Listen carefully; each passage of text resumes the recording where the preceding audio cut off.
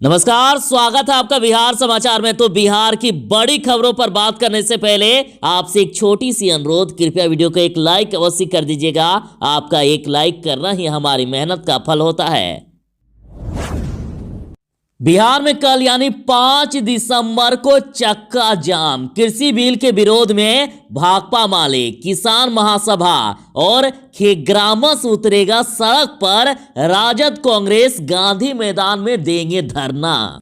तो बिहार में सरकार को घेरने के लिए एक दो नहीं बल्कि कई विरोधी पार्टियां आ गई है किसानों के समर्थन में, और पूरे बिहार के लिए चक्का जाम कर दिया जाएगा, ऐसा कहा जा रहा है। दिल्ली में जारी किसान आंदोलन की आग अब बिहार में भी धधक चुकी है। सरकार और किसान प्रतिनिधियों के बीच हुई वार्ता असफल हो जाने के बाद भाकपा माले ने 5 दिसंबर को पूरे बिहार में चक्का जाम करने का आंदोलन का निर्णय ले लिया है। और ये चक्का जाम आंदोलन भाकपा माले, अखिल भारतीय किसान महासभा व अखिल भारतीय खेत व ग्रामीण मजदूर सभा के संयुक्त बैनर तले आयोजित होगा।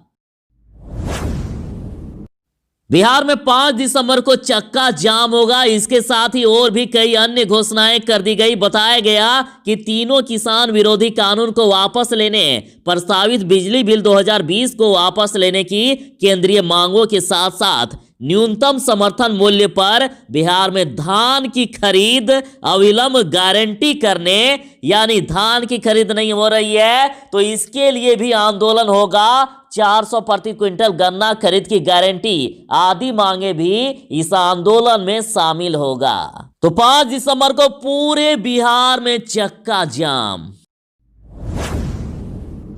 किसानों के समर्थन में राजद 5 दिसंबर को धरना देगी। तेजस्वी ने कहा कि ये कैसी सरकार है जो इतने गंभीर मुद्दे पर प्रधानमंत्री मोदी गायब है। किसानों के समर्थन में 5 दिसंबर को राजद गांधी मैदान पटना में धरना प्रदर्शन करेगी। राजद के प्रदेश अध्यक्ष जगदानंद सिंह ने बताया है कि गांधी के विचारों का हनन किया जा रहा है, इसलिए राजद गांधी मैदान में गांधी की प्रतिमा के नीचे बैठकर धरना प्रदर्शन करेगी। वहीं तेजस्वी यादव ने किसानों को लेकर कहा है कि ये कैसी सरकार है जब देश में किसान परेशान है तो पीएम मोदी जी गायब है, और कहा कि कोरोना काल में प्लेन चल रहा है लेकिन ट्रेन नहीं चल रहा है। सभी लोगों को बर्बाद किया जा रहा है। किसान, मजदूर, व्यवसाय हो या फिर अन्य वर्ग, किसी की पूछ मौजूद सरकार में नहीं है, किसी को अधिकार भी नहीं दिया जा रहा है।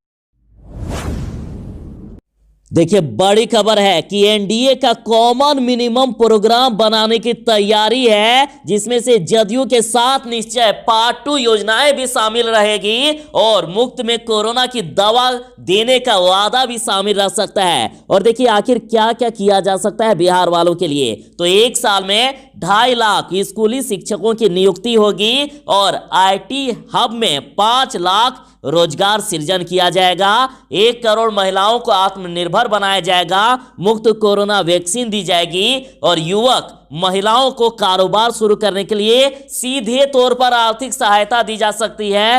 हर खेत तक पानी और जिले में मेगा स्किल सेंटर, युवाओं को रोजगार लायक बनाना। इंटर पास लड़कियों को 25,000 तो वहीं बीए पास वालों को 50,000 दिया जाएगा। गांव में सोलर स्ट्रीट लाइट लगेंगे। शहरों में बाईपास बनेगा। शहरी गरीबों के लिए बहुमंजिली इमारत बनेगा। जिलों में बुजुर्गों के लिए वृद्धाश्रम बनेंगे। गांव की सड़कों को एनएच एसएच से जोड़ा जाएगा। गांवों को बेहतर स्वास्थ्य सुविधा, पशुओं के लिए इलाज सार्थक प्रबंध किया जाएगा। और अगले 2 साल में 30 लाख लोगों को घर भी दिया जाएगा। तो ऐसे बड़े कार्य हो सकते हैं।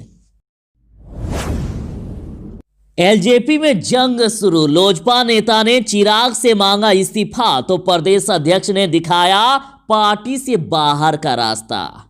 बिहार विधानसभा चुनाव के दौरान नीतीश कुमार को जेल भेजने और बीजेपी के साथ मिलकर सरकार बनाने का दावा करने वाले चिराग पासवान की झोपड़ी में खुद की चिंगारी से ही आग लग गई है। लोजपा के नेता राष्ट्रीय अध्यक्ष चिराग पासवान से इस्तीफा की मांग कर रहे हैं। पार्टी के कई नेताओं ने चिराग पासवान पर विधानसभा चुनाव में राजद कांग्रेस को फायदा पहुंचाने का आरोप लगाकर सनसनी फैला दी है। लोजपा के महासचिव ने राष्ट्रीय अध्यक्ष चिराग पासवान से इस्तीफा की मांग की। उसके बाद चिराग के भाई व प्रदेश अध्यक्ष प्रिंस राज ने उन्हें पार्टी से ही निकाल दिया। तेजस्वी यादव ने आरोप लगाया है और कहा है कि कोरोना को लेकर बुलाई गई सर्वदलीय बैठक सिर्फ एक दिखावा है।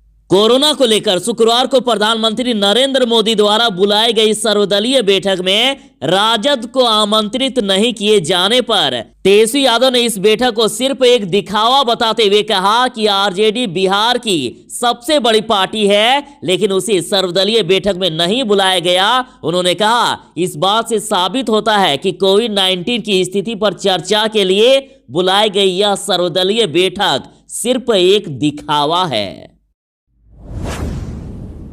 आरजेडी सिवान ने कहा है कि आखिर ये महाजंगल राज नहीं तो और क्या है। देखिए, सुशासनी सरकार की पोल खुलते हुए कहा है कि सिवान शहर में सुबह सुबह एक स्टूडेंट को अपराधियों ने गोली मारी। शायद ही कोई दिन ऐसा बीते जिस दिन हत्या, लूट, छिनतई की घटना न घटित हो। तो इस पर आरजेडी नेता रविंदर राय जी का कहना है कि डबल इंजन की सरकार में बिहार में सिर्फ अपराध को रफ्तार मिली है, अपराधियों को खुला संरक्षण मिला हुआ है। सरेआम हर दिन रंगदारी, लूट, हत्या, अपराध हो रहे हैं और नीतीश जी जीरो टॉलरेंस की बात करते हैं, लेकिन हकीकत है कि सिवान में भी 15 वर्षों से अमन, चैन, शांति नहीं है।